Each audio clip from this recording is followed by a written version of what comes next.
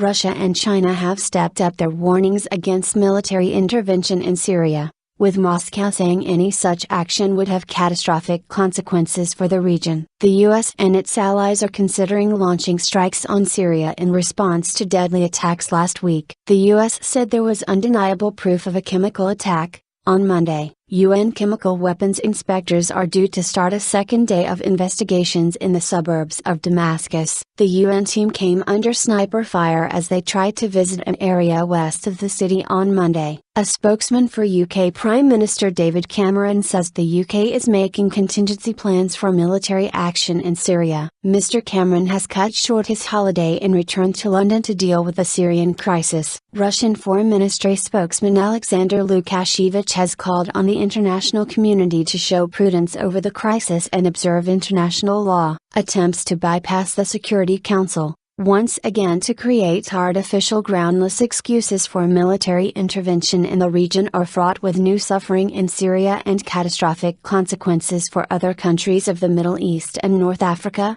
he said in a statement. Late on Monday, the US said it was postponing a meeting on Syria with Russian diplomats, citing ongoing consultations about alleged use of chemical weapons in Syria. Hours later, Russia expressed regret about the decision. The two sides had been due to meet in The Hague on Wednesday to discuss setting up an international conference on finding a political solution to the crisis. The Russian Deputy Defense Minister, Gennady Gatilov, said working out the political parameters for a resolution on Syria would be especially useful, with the threat of force hanging over the country. On Monday, Mr. Cameron spoke to Russian President Vladimir Putin, who said there was no evidence yet that Syria had used chemical weapons against rebels. Mr. Cameron's office said. The official Chinese news agency, Xinhua, said Western powers were rushing to conclusions about who may have used chemical weapons in Syria before UN inspectors had completed their investigation. UN visit. Both the Syrian government and rebels have blamed each other for last Wednesday's attacks. Medical charity Médecins Sans Frontières said 3 hospitals it supported in the Damascus area had treated about 3,600 patients with neurotoxic symptoms,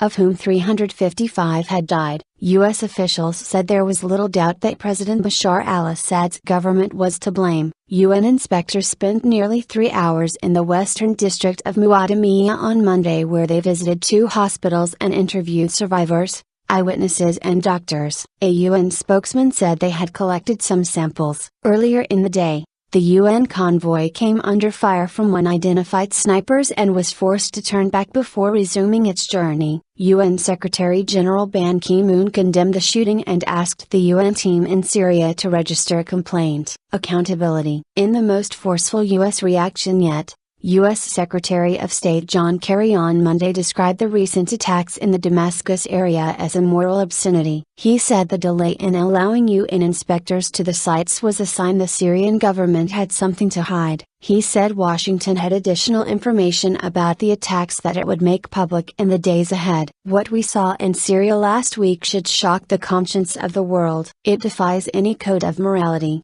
Mr. Kerry said at a news conference on Monday. Make no mistake, President Obama believes there must be accountability for those who would use the world's most heinous weapons against the world's most vulnerable people. Washington has recently bolstered its naval presence in the eastern Mediterranean, and military leaders from the U.S., UK and their allies have convened a meeting in Jordan. Analysts believe the most likely U.S. action would be sea-launched cruise missiles targeting Syrian military installations. But Russian Foreign Minister Sergei Lavrov told reporters on Monday the West had not produced any proof that President Assad's forces had used chemical weapons. He was responding to suggestions from some Western countries that military action against the Syrian government could be taken without a UN mandate. Mr. Lavrov said the use of force without Security Council backing would be a crude violation of international law. Earlier, UK Foreign Secretary William Hague told the BBC an international military response to the suspected use of chemical weapons would be possible without the backing of the UN. The UN Security Council is divided,